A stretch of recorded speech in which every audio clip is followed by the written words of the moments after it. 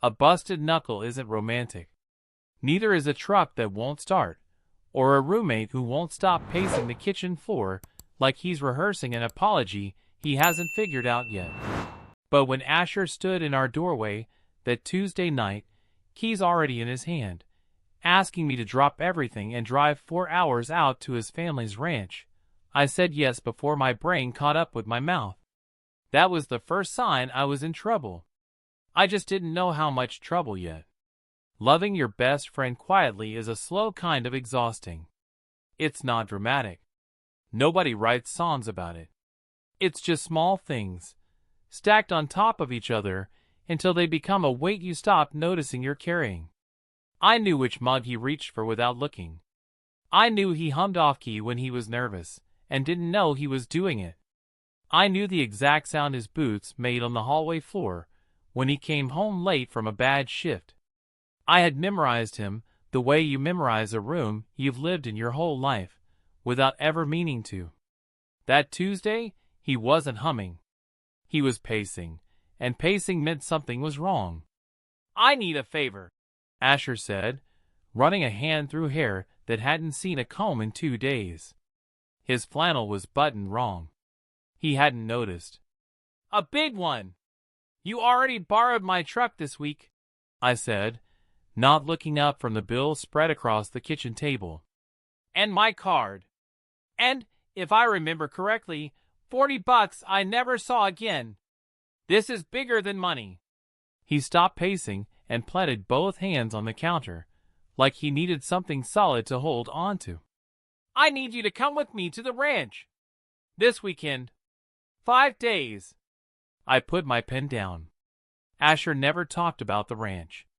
In the 2 years we'd shared this cramped 2-bedroom apartment, splitting rent and dishes and 1,000 ordinary nights, he had mentioned his family's property maybe 3 times, always in passing, always followed by a fast subject change. I knew it existed the way you know a scar exists under someone's sleeve. You don't ask. You just notice the outline. "Why now?" I asked. "The bank's sending an appraiser Monday morning. If the main barn and the outbuildings aren't cleared and stabilized by then, they're going to flag the whole property as unsound, and I lose the chance to refinance it before it gets swallowed by back taxes." He said it fast, like a rehearsed line, like if he slowed down he might lose his nerve. "I can't do it alone. And there's no one else I'd trust out there with me." I should have asked more questions. I should have asked why a graphic designer who hadn't touched a hammer in years suddenly needed to save a ranch he never talked about. Instead, I looked at the exhaustion carved into his face, the way his jaw was clenched so tight a muscle jumped along the side, and I said the only thing I was ever going to say. "Let me pack a bag." His shoulders dropped 2 full inches. "There's something out there too," he added, almost too quiet to catch. "Something I want to show you. But not yet." I didn't push. I never pushed with Asher. Pushing meant crossing a line neither of us had ever drawn out loud, but both of us respected like it was written in blood. On one side of that line was easy friendship, shared groceries, terrible reality TV, the comfortable silence of 2 people who trusted each other completely. On the other side was everything I felt when he walked past me in a towel, dripping and unaware, humming off-key. I stayed on my side of the line. It was safer there. It was also lonelier, but I'd made my peace with that a long time ago. We left before sunrise on Thursday, in his father's old pickup, a faded red Chevy that groaned every time it shifted gears and smelled permanently of hay and motor oil, even though it had been sitting in a storage unit for years. The heater rattled. The radio only caught 2 stations, and both of them faded into static every time we crossed a hill. I didn't mind. I liked the quiet version of Asher, the one who drummed his fingers against the wheel and let his guard slip when he thought I wasn't paying attention. "You've gone somewhere," I said, 3 hours in, watching the flat brown fields roll past the window. "You're not usually this quiet unless a client rejects a logo." He huffed out something close to a laugh. "I haven't been back since I was 19, he admitted. "Not since the funeral." The word landed heavy between us, and I felt the whole cab of the truck shift, like the air itself had gotten thicker. Funeral. In 2 years of living together, he had never once said that word about the ranch, or about anyone at all. I opened my mouth to ask, and he beat me to it, shutting the door before I could even knock. "Not yet," he said, eyes fixed hard on the road. "Ask me again when we get there. I promise I'll tell you everything. Just not on the highway." I let it go. It cost me something to let it go, but I did it anyway, because that's what you do for someone you love in silence. You give them room, even when giving them room means swallowing your own questions until they turn into stones in your chest. We pulled off the highway just after noon, onto a gravel road that hadn't been graded in what looked like a decade. Dust rose behind the truck in thick brown clouds, coating the windshield, coating my throat when I cracked the window for air. The land out here was different from the city. Wide open, gold-brown grass stretching toward a horizon that never seemed to end, punctuated by the occasional lonely fence post leaning at a tired angle. It should have felt empty. Instead, it felt like holding your breath. The ranch house came into view first, a long, low structure with a wraparound porch that sagged in the middle like it was tired of standing. White paint had peeled away in long strips, exposing gray, sun-bleached wood underneath. A porch swing hung from one rusted chain, swaying uselessly in the wind.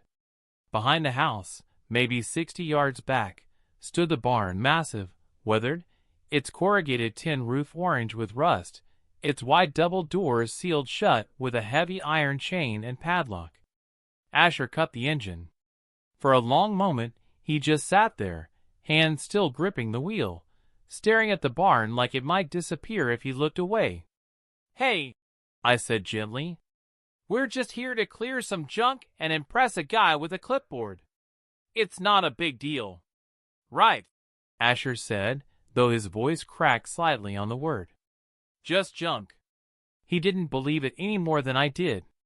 But he grabbed his duffel bag off the seat and pushed open his door, and I followed him out into the heat, because that's what I always did. I followed him. The inside of the house felt like walking into a memory that had been sealed shut and left to gather dust. Furniture sat draped under heavy white sheets, ghostly shapes in every room. Family photos lined the hallway, their frames dulled with a decade of neglect, and I caught Asher's eyes skating past them fast, refusing to land on any single face for too long. "Bedrooms are upstairs," he said, voice clipped and businesslike, the tone he used when he was trying very hard not to feel something. "I brought sleeping bags. The beds probably have mice in the mattresses." "Comforting," I said. "Really selling the vacation experience." That earned me the ghost of a smile, small but real, and something in my chest loosened at the sight of it. We dropped our bags at the base of the staircase, and Asher tossed me a bottle of water from his duffel. "We're not unpacking," he said. "We're starting. Daylight's already halfway gone." 20 minutes later, we stood in front of the barn, work gloves already stiff with heat. Up close, the rot was worse than it looked from the truck, the wood soft in places, vines threading up the sides like they were trying to pull the whole structure back into the earth. Asher pulled a heavy iron key from his jeans pocket, old and dark with age, and worked it into the padlock. It stuck. He swore under his breath, jiggled it, and finally the lock gave with a loud metallic crack that seemed to echo across the whole empty property. He grabbed the wooden handles of the sliding doors and pulled. The hinges shrieked in protest. A wave of trapped, stale air rolled out to meet us, dust, old hay, motor oil, something faintly sweet and rotten underneath it all. I coughed into my elbow. Sunlight sliced into the darkness, illuminating a scene that looked less like a barn and more like a graveyard for machinery. The front half was chaos. Stacked crates, rusted farm equipment, broken fence rails, coils of barbed wire tangled like something alive. But it was the back half that caught my eye. A massive canvas tarp, gray with age, hung from the rafters all the way down to the dirt floor, walling off the rear section completely. Thick ropes staked it to the ground on either side. "What's back there?" I asked, nodding toward it. Asher stepped sideways, subtly angling his body between me and the tarp, like he could block a secret with his shoulders. "The surprise," he said. "You don't get to see it yet. I'm 28, Asher. I can handle surprises. Not this one." The words came out sharper than he meant them to. I watched the apology form on his face half a second later. "Sorry. Just trust me. Not yet. The floor back there isn't stable anyway. I need the front cleared by tomorrow night so the appraiser can actually walk through without breaking his neck." I looked at the mountain of debris between us and the tarp and felt my stomach drop. "This is a 4-person job minimum. Then it's a good thing we're stubborn," Asher said, already reaching for a rusted length of pipe. "Grab the other end." We worked until the light turned gold, then orange, then finally slid into the deep blue of early evening. My arms burned. My back screamed with every twisted piece of scrap metal we hauled into the growing junk pile outside. Asher didn't stop, didn't slow, didn't take a single break unless I physically put a water bottle in his hand, and refused to let go until he drank it. Somewhere around 6, he peeled off his shirt, and I made the mistake of glancing over at exactly the wrong moment. His back was slick with sweat, muscles pulling taut under his skin as he hauled a splintered crate toward the doors, and I had to physically look away before my thoughts wandered somewhere I couldn't afford to let them go. There was a faint scar along his ribs, pale and old, and I found myself wondering, not for the first time, what stories lived on his skin that he'd never told me. By the time the sun dipped below the tree line, we cleared a rough path down the center of the barn, though junk still lined the walls in uneven, exhausted piles. My hands were trembling. My spine felt fused together with rust. "I'm done," I rasped. "One more crate, and I'm becoming part of the floor." Asher straightened, chest heaving, sweat dripping off his jaw, and looked around at what we'd managed. Something in his shoulders finally eased. "Yeah," he said quietly. "Okay, let's stop for tonight." We limped back to the house, took turns rinsing off under the trickle of cold water from an ancient kitchen pump, and ended up outside on the porch steps with 2 lukewarm beers Asher had shoved in a cooler back in the city. The night had gone soft and loud with crickets. The sky overhead scattered with more stars than I'd ever seen from our apartment window. "You worked hard today," Asher said, staring out at the black shape of the barn against the darker sky. "You're buying dinner for a month," I told him, rolling the cold can against my forehead. "Possibly a year." He laughed, low and tired, and leaned back on his palms, close enough that his shoulder brushed mine. Neither of us moved away. "Thank you," he said, more serious now. "I mean it, Milo. I couldn't have done today alone. Why the ranch, Asher? Why now, after 10 years? I asked, careful to keep my voice light, even though the question had been eating at me since the highway. "And why won't you tell me what's behind that tarp?" He went quiet for a long moment, turning the beer can slowly in his hands. When he finally spoke, his voice had dropped to something raw and unguarded, a version of him I'd never heard before. "Because that's the only place my brother still exists," he said. I felt the word settle into my chest like a stone dropped into still water. "Your brother?" I repeated. 3 years I'd known this man. 2 years living in the same 600 square feet. I knew his coffee order, his allergies, the exact way he cried during dog movies, and denied it every single time. I did not know he had a brother. Asher's throat worked as he swallowed. The easy, sarcastic mask he wore constantly, the one I'd never once seen slip, had vanished completely, leaving something younger and far more fragile in its place. "Caleb," he said, "for years older than me. This was his land, technically. Our grandfather left it to him first. He was going to turn it into a real working ranch. Horses, cattle, the whole thing." He stopped, jaw tightening. "There was an accident in the south pasture. A gate latch failed during a storm. He went out at night to fix it before the herd got loose, and—" He didn't finish the sentence. He didn't have to. I watched the rest of it play out across his face, the specific kind of grief that never fully leaves a person, just learns to sit quietly in the corner of a room until something drags it back into the light. "I was 17, Asher said. "I found him in the morning." I didn't know what to say. There is no sentence built for that kind of loss, no arrangement of words that makes it smaller.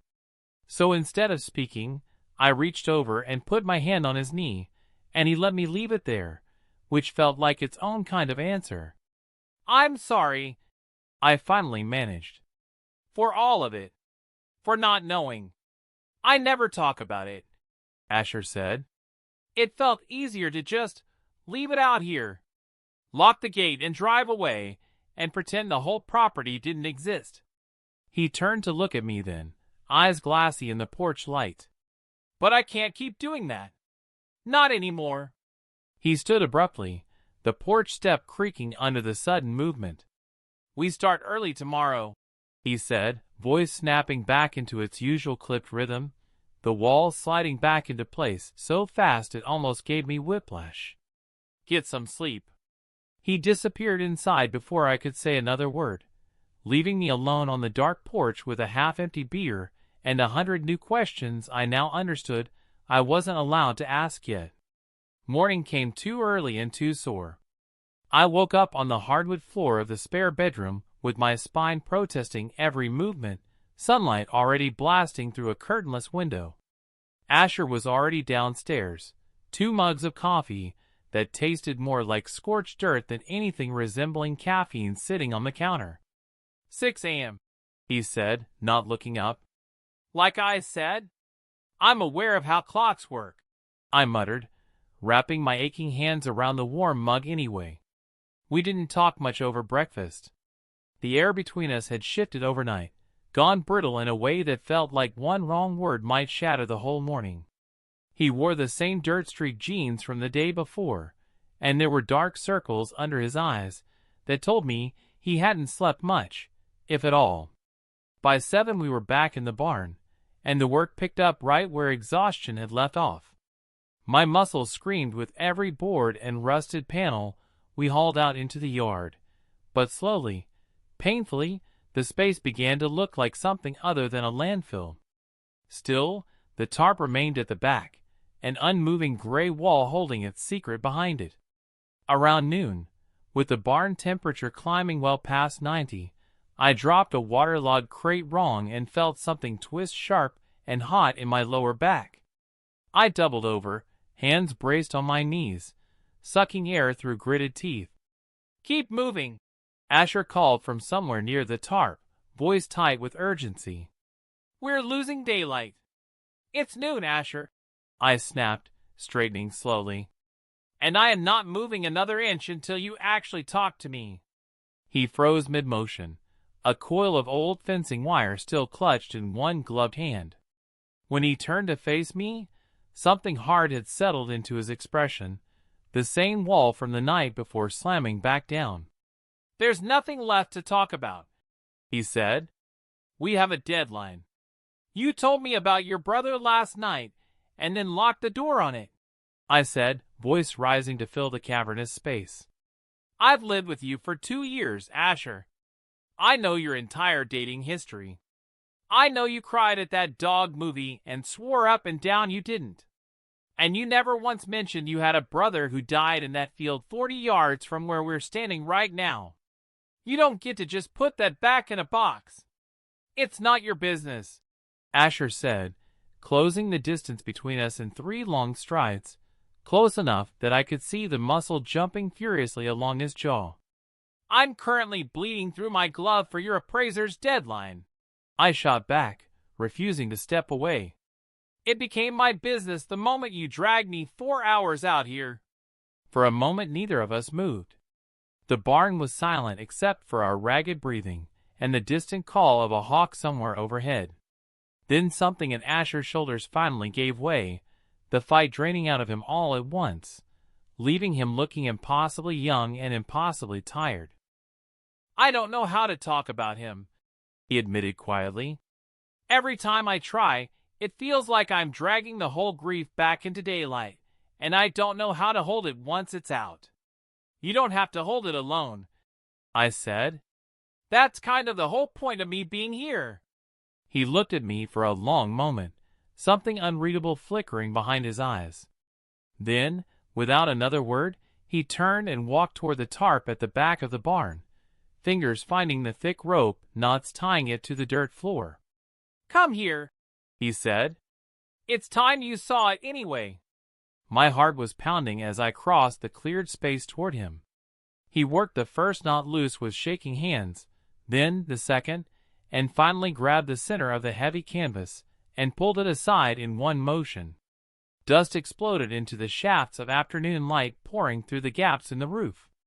I braced myself for wreckage, for some half-finished, abandoned project frozen exactly as it had been left the day Caleb died. Instead, the dust settled to reveal something entirely different. The back quarter of the barn had been completely rebuilt. New cedar support beams reinforced the old structure. A long workbench stretched along the back wall, its wood sanded smooth and gleaming under a fresh coat of oil. Pegboards lined the walls, still mostly bare, waiting for tools that hadn't arrived yet. Industrial wiring snaked overhead toward a row of unlit LED shop lights. And in the center of the polished concrete floor sat a motorcycle, vintage, unmistakably from the 70s, its tank painted a deep, glossy forest green, every inch of chrome polished to a mirror shine. What is this? I breathed, stepping onto the clean concrete like it might crack under me. It was Caleb's, Asher said from behind me, his voice unsteady. He was restoring it the summer he died. It sat out here rusting for 10 years because I couldn't stand to look at it, let alone touch it. 3 months ago, I hired a crew to come finish the framework and pour this floor. I paid them extra to work fast and keep quiet about it. I ran my fingers gently along the cool curve of the tank, my mind struggling to catch up. Asher, why? You live in a shoebox apartment in the city. You design logos for companies you hate. I quit my job on Monday, he said. I spun to face him. He stood at the edge of the concrete, hands shoved deep into his jean pockets, looking more nervous than I had ever seen him. The manic, restless energy that had been driving him for 2 straight days had settled into something quieter, and far more terrifying, resolve. You did what? I quit, he repeated, taking a slow step toward me. I've been dying in that apartment, Milo, and you know it too. I hear you every night through the wall, typing invoices you hate, sighing at emails from people who don't respect you. You used to build things. You used to come home covered in sawdust and actually smile.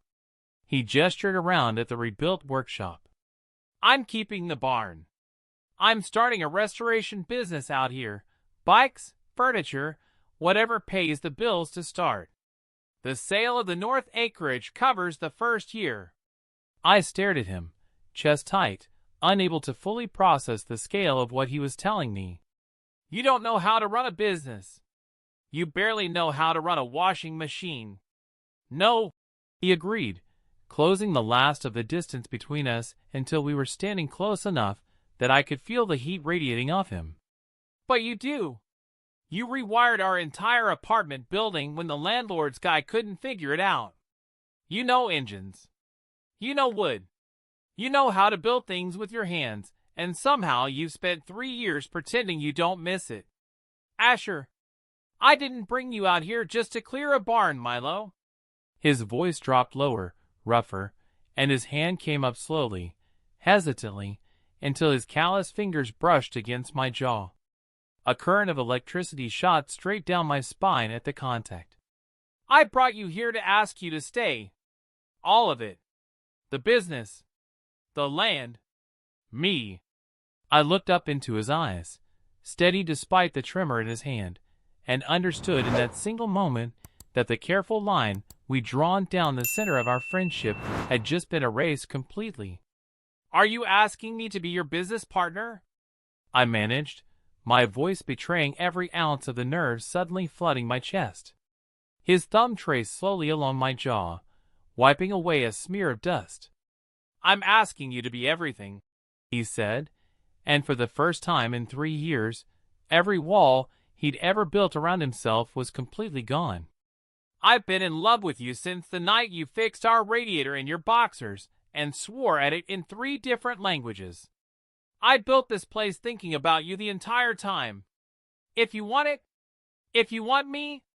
I looked past him at the motorcycle gleaming under the dusty light, at the workbench built to exactly the right height, at the life he had quietly, terrifyingly built for 2 people instead of 1. Then I looked back at him, dirt-streaked, exhausted, more honest than I had ever seen him, and I stopped thinking entirely. I reached up, fisted my hand in the collar of his filthy shirt, and pulled him down until there was no space left between us at all. The kiss was clumsy and desperate, and tasted like dust and sweat and 3 years of things neither of us had ever said out loud. Asher made a low, surprised sound against my mouth before his arms wrapped fully around my waist, lifting me slightly off the concrete, holding on like he was afraid I might vanish if he let go.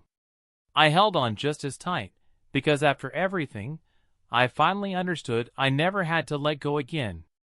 When we finally broke apart, breathless, foreheads pressed together, Asher let out a shaky laugh that sounded lighter than anything I'd heard from him in 2 days. So, he murmured, that familiar cocky grin finally breaking back across his face, dirt-streaked and radiant. Is that a yes? I laughed too, loud and free, the sound bouncing off the rebuilt beams above us. Yes, I said, pulling him back in before he could say another word. But I'm choosing the radio station on the drive home to get our stuff. Non-negotiable. If this story hit you somewhere in your chest, do me a favor and hit that like button before you go. Share it with someone who needs a reminder that the best kind of love is the one you build with your own 2 hands. Subscribe and turn on notifications so you never miss the next one, and drop a comment below. Would you leave everything behind for a love like this? Let me know. See you in the next story.